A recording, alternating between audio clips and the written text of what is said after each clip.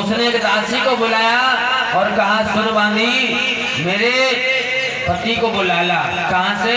कचहरी से। तो कहती है, आज वो रानी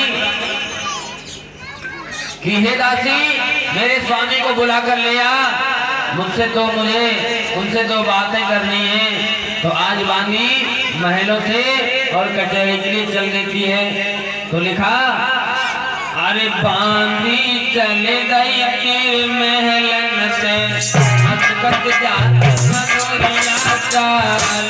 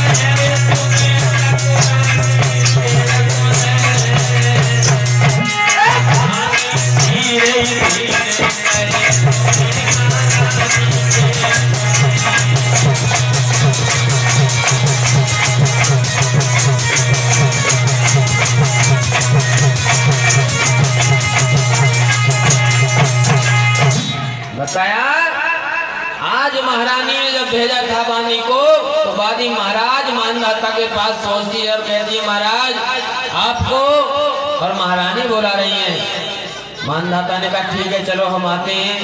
आज बांधी को भेजकर और राजा मानधाता आज चले हैं। और जब पहुंचे हैं दरबार में अपने घर आंगन में, तो आज महारानी बिंदुवती आंखों में आंसू लिए हो रो रही थी। तो महाराज ने समझाया क्या हुआ, तो आज रोकर और वो महारानी बिंदुवती कहती है, सैया हरि राजा भरे हो जाए मोती,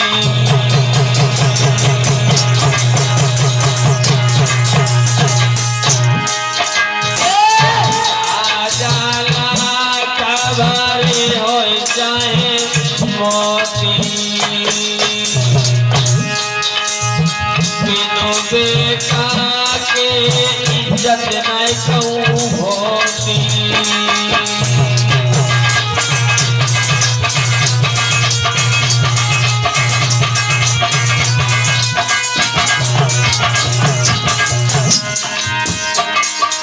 अरे मैया अंगना में रोती रोती रोती हाय रोती।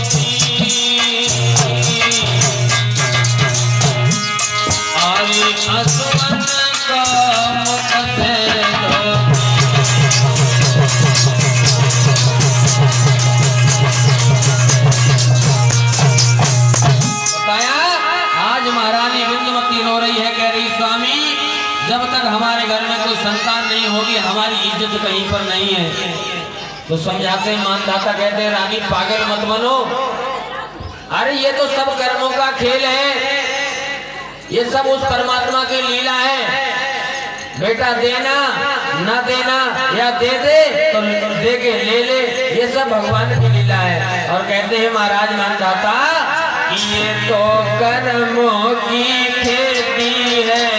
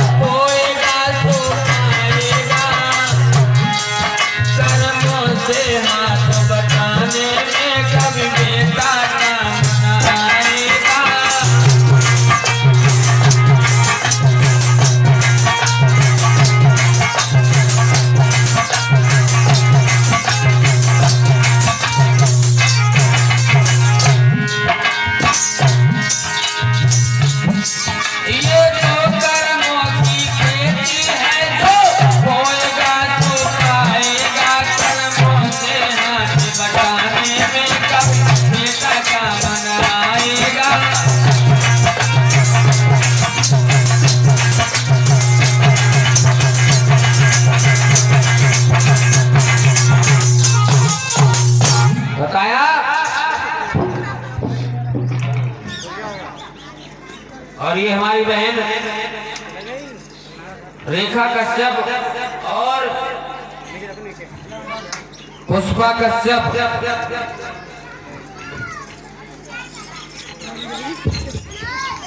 ये सभी भक्त भगवान की इस पावन व्यास गति पर हमारा न सम्मान करते हुए, भगवान ये आपका सम्मान हुआ है। आपका दरबार इस ग्राम रसोई में माता काली के दरबार में, माँ काली के आंगन में 7 दिन के लिए आया है। और इस दरबार में प्रभु आपका स्वागत हुआ है। मैं आपसे प्रार्थना करता हूँ भगवान आप इन सब पर अपनी छत्र छाया हमेशा बनाए रखें और इनके जीवन में कभी दुख बाधा कलेश न आए। इनके जीवन में खुशियाँ गंगा जमुना की लहरों की तरह हमेशा बढ़ती रहें।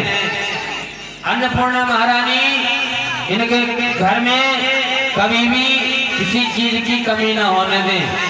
भगवान भोलेनाथ इनके घर पर, इनके सर पर अपनी छत्र छाया हमेशा बनाए रखें। बोलिए वृंदावन बिहारी लाल की। तो बताया, समझाया महाराजा मानधाता ने और कहा ये सब कर्मों की खेती है, जो जैसा करता है उसे वैसा ही मिलता है। बिना कर्म के किसी को कुछ नहीं मिलता और बिना समय के। बताया कि समय से पहले और किस्मत से ज्यादा कभी किसी को कुछ नहीं मिलता। इधर आइए महाराजा मानधाता की कथा को विराम देते हैं, चलते हैं कैलाश पर्वत पे। भगवान भोलेनाथ आसन लगाकर बैठे हैं तो गौरा मैया के दिमाग में पता नहीं कहां से एक बात गूंज आई और बोली महाराज एक बात हमें बताओ, ये जो धरती है, आसमान है, ये आसमान टिका काहे पे है? ये आसमान जो हमें दिखाई देता है ये टिका किस चीज पे है?